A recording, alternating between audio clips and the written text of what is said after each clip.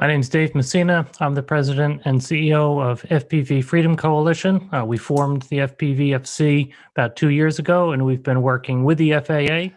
Hi there, this is Vic Moss. Wear a number of different hats. Moss Photography, COO of the Drone Service Provider Alliance, and also work with the FAA as a safety team pro. It's called a drone pro is what we're called. So, and also moderator on a number of different forums. Hi there. My name is Kenji Sugahara. I'm president and CEO of the Drone Service Providers Alliance. I'm also a drone pilot and film for a bunch of movies and commercials. Just to give you some of my what I've done is I was one of the original members of the 2017 Federal Aviation Administration Aviation Rulemaking Committee on Remote ID and Tracking.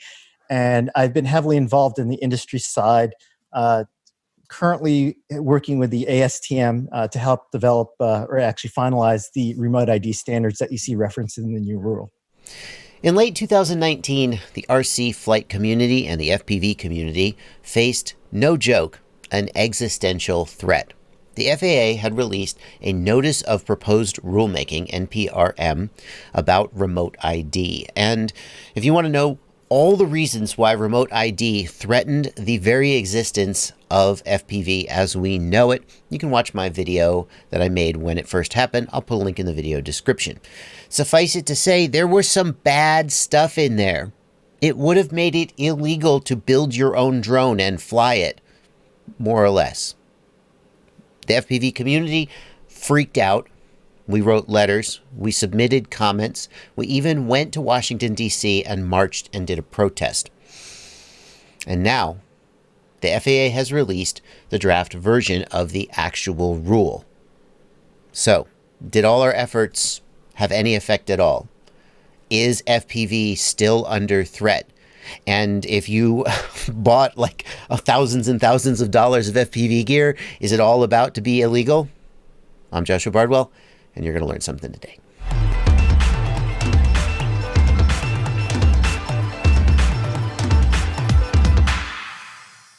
The first thing we got to say before we get into the details is that under 250 grams and recreational, nothing has changed. You do not have to use remote ID, and you do not have to register your drones just like before. A good way to look at it is if you have to register your drone, you have to have remote ID. So the 250 gram rule where you're exempt is actually just for recreational. If you're flying under 107 with, let's say, a Mavic Mini or a Cinewolf that's under 250, then you have to have an RID on it. Should you panic right now? No, because the reason is there's a lot of still moving parts, and it's still a ways out. So for manufacturers, it's 60 days plus 18 months, or approximately September 2022. For operators, it's 60 days plus 30 months, so approximately September 2023. If there are aspects of this that maybe we would still like to see changed, we still have a window to do that. And you don't need to freak out and like, what do I need to do to comply? You have at least 2 to 3 years before you even need to think about whether you're in compliance with these rules. I think one of our biggest victories as a community is the fact that the network requirement was removed.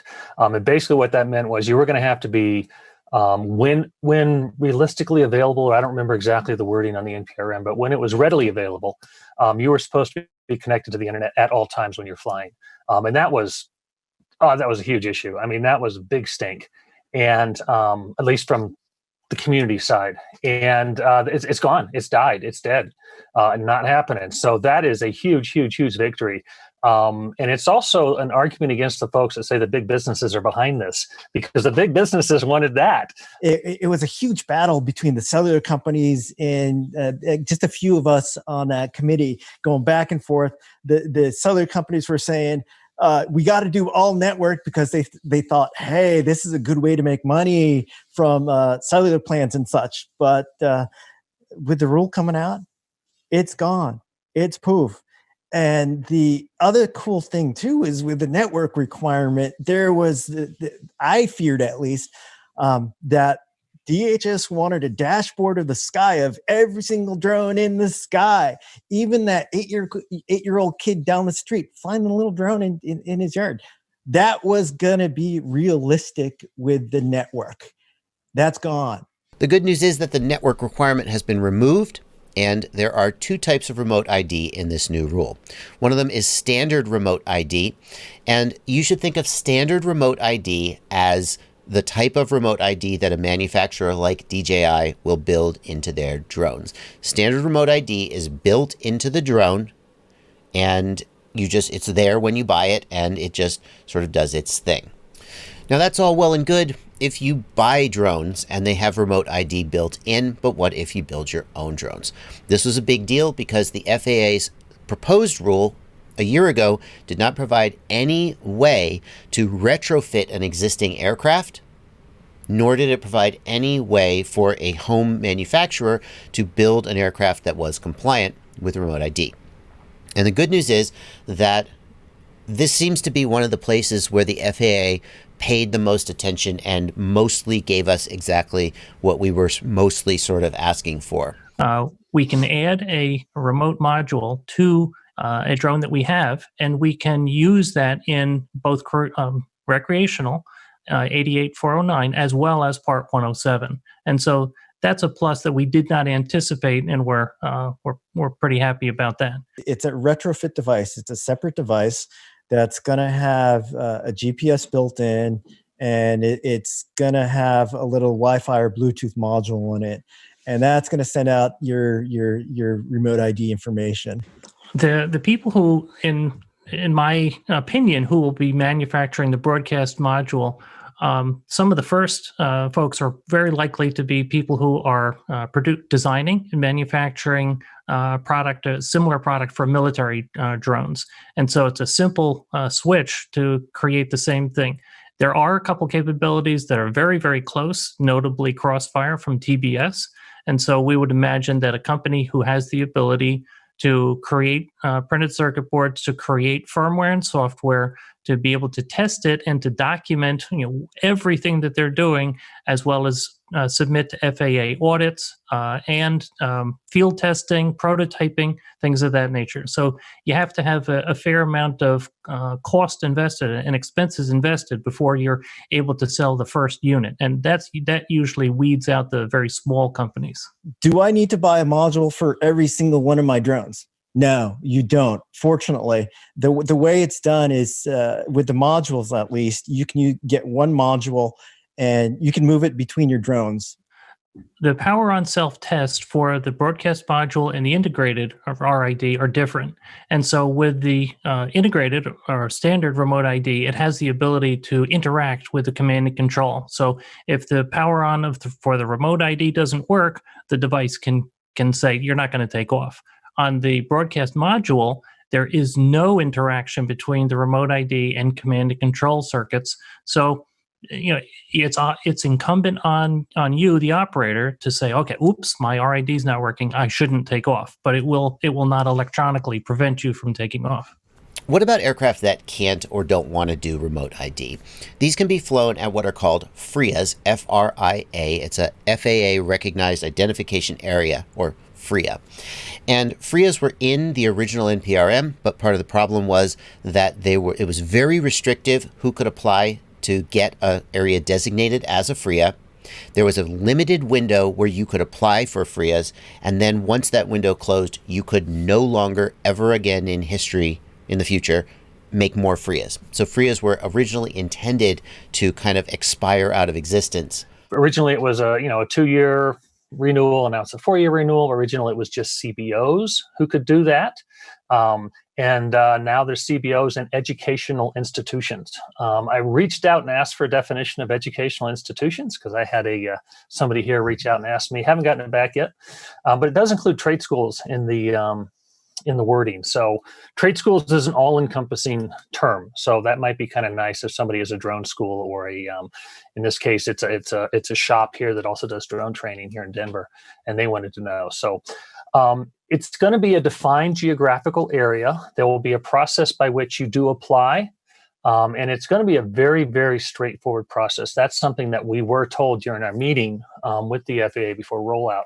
There's talk about it, but it's not completely nailed down about there's an understanding, and it was named that events like FPV races or fun flies or events that are not necessarily spur of the moment, but maybe it's 2 or 3 days of planning, and then you need to get a FRIA approval.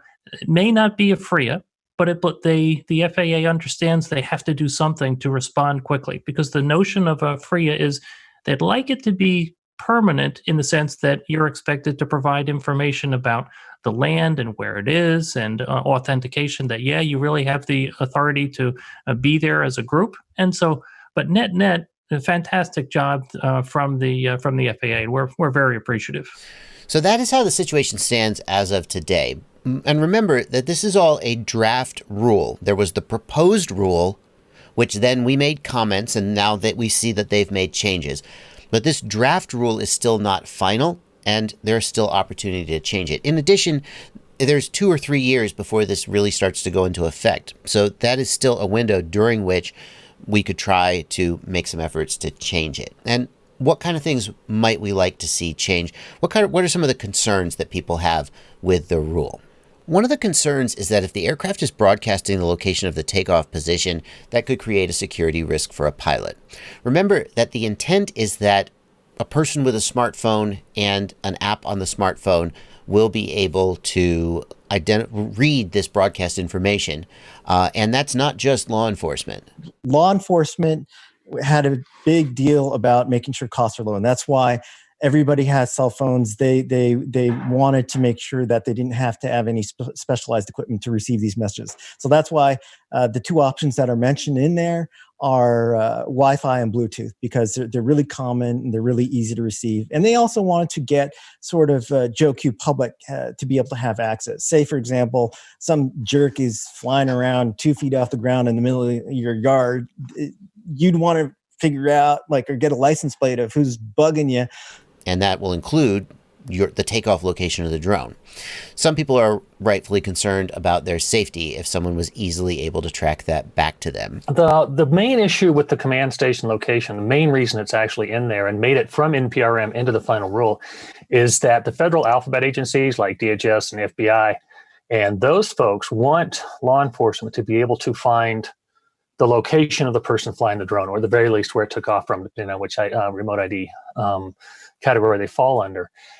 And that's a security issue on their side. It's a security issue on our side as well, obviously, but for different reasons. But we've been told by the FAA that the security agencies would not have signed off on this if that was not in there. So that's kind of the issue with it. And DHS obviously is the 1,000-pound gorilla in the room, and what they want they get right now in this country. So that's kind of why it's in there. Another concern that people have raised is that the rule says a home-built aircraft is defined as an unmanned aircraft that an individual built solely for education or recreation. And that raises the question, is it possible to fly a home-built aircraft under Part 107 as a commercial operator? A whole lot of people are doing this. A whole lot of people are building Cinewhoops and flying them on motion picture sets. This is a case where the literal reading of the text does seem to say that home-built aircraft can't be used for commercial operation. But it's also a case where it is so out of touch with what's actually going on that it seems like it must not be their actual intent. And the FPV Freedom Coalition, among others, are reaching out to the FAA to get clarification on this and find out the answer. We do not have the answer as of the time that I'm recording this. Another thing that needs to be addressed is that the policy around using a spotter or visual observer to maintain line of sight with the drone seems to have changed in the new ruling. So initially there was some concern out on some of the forums, the Facebook pages. Does that mean FPV is outlawed? So far, we don't think so. The reason why is there is a section in the rule that says the FAA declines to make a definition for visual line of sight and goes on to say visual observer in those same sentences. And all the indications that we've received from the FAA in discussions is the current scheme will continue in terms of being able to use a visual observer. This is an aspect that we are getting more organized, we're getting more respect. And so what happened behind the scenes, what's going on? So Kenji and I have talked. Vic and I have spoken about this. We've talked to folks in manufacturing. We've talked to folks in associations. So there's a lot of conversation, and we will go to the FAA. And again, our mode of operation is professional, courteous. This is, was this an error, or what's the intent of behind this? And just as Kenji said, we don't feel that there is any intention on the FAA's part to eliminate FPV, but this is the final rule. So we need to double check, because there's a lot at stake here.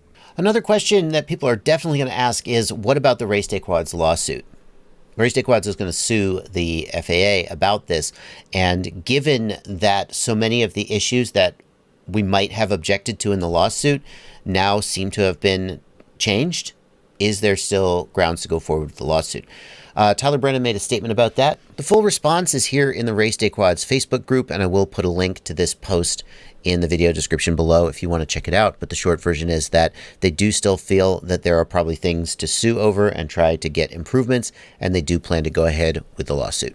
The potential tool that I saw that the FAA overlooked and dismissed between FRIA and just being able to fly wherever you want is the notify and fly concept that Kitty Hawk and a whole bunch of others brought up, which is like Lance. You just say, hey, I'm going to be flying here at this time for this long.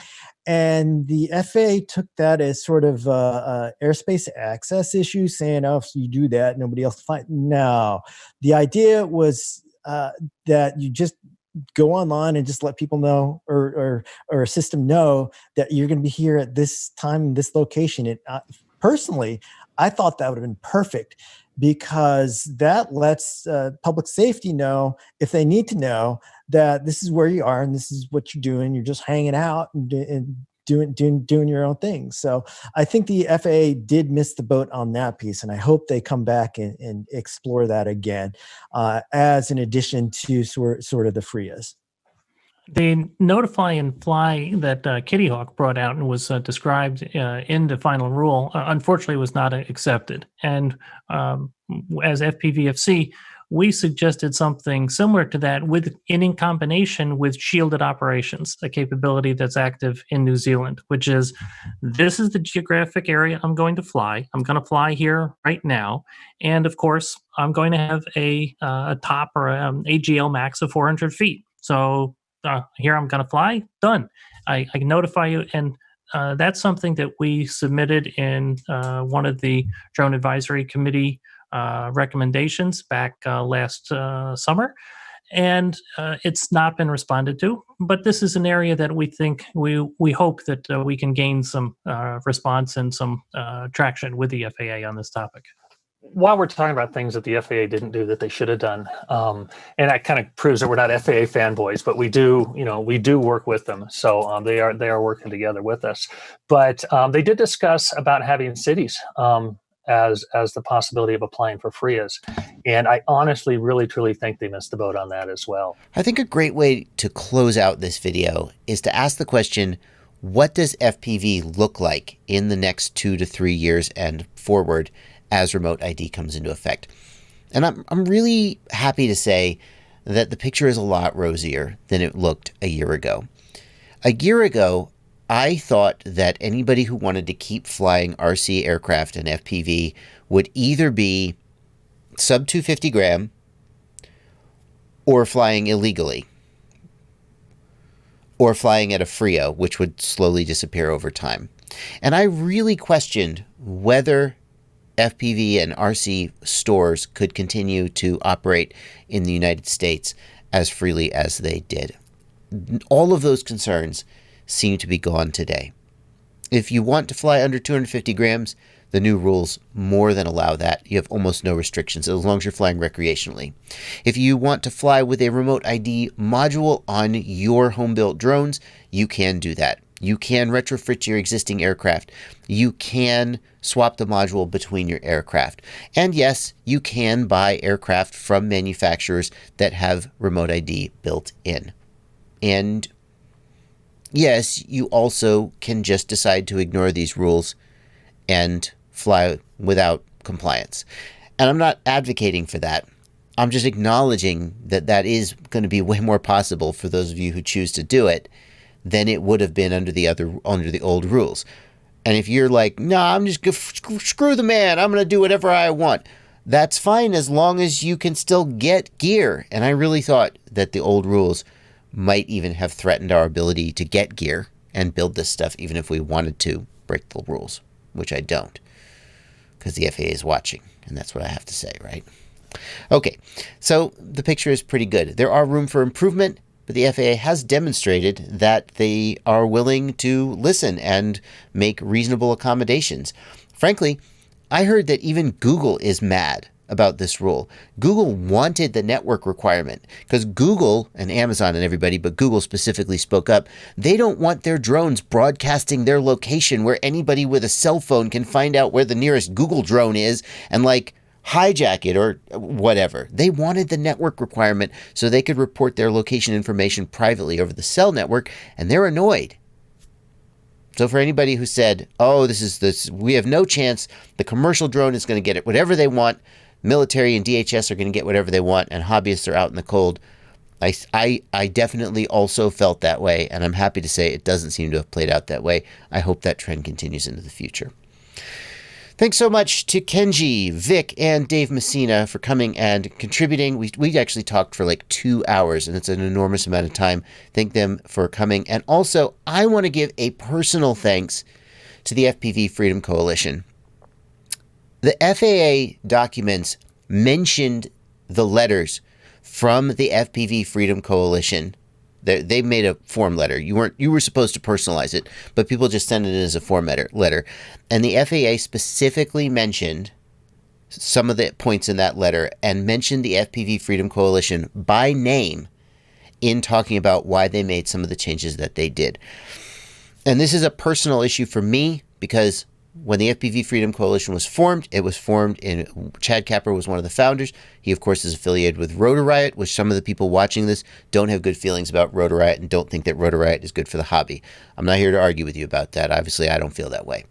And then Chad Kapper is now affiliated with Red Cat, and a lot of people are suspicious of whether Red Cat is good for the hobby. So FPV Freedom Coalition comes along and says, hey, everybody, we're going to go to the FAA and we're going to save the hobby. And some people were like, yeah, sure you are. And I just want to say, the results speak for themselves. We got a lot, and that is directly attributable to the work of not just the FPV Freedom Coalition. There are a whole lot of people working this issue, but at least the FPV Freedom Coalition deserves a lot of credit for this, and I hope that they get it. That's going to do it for this video. Thank you so much for watching. Happy flying. You guys, I don't know where I am, and I don't know what's going to happen, but if I don't make it out of this, I just want to know that you subscribe to my channel, or maybe join my Patreon, or click one of these videos I picked out for you.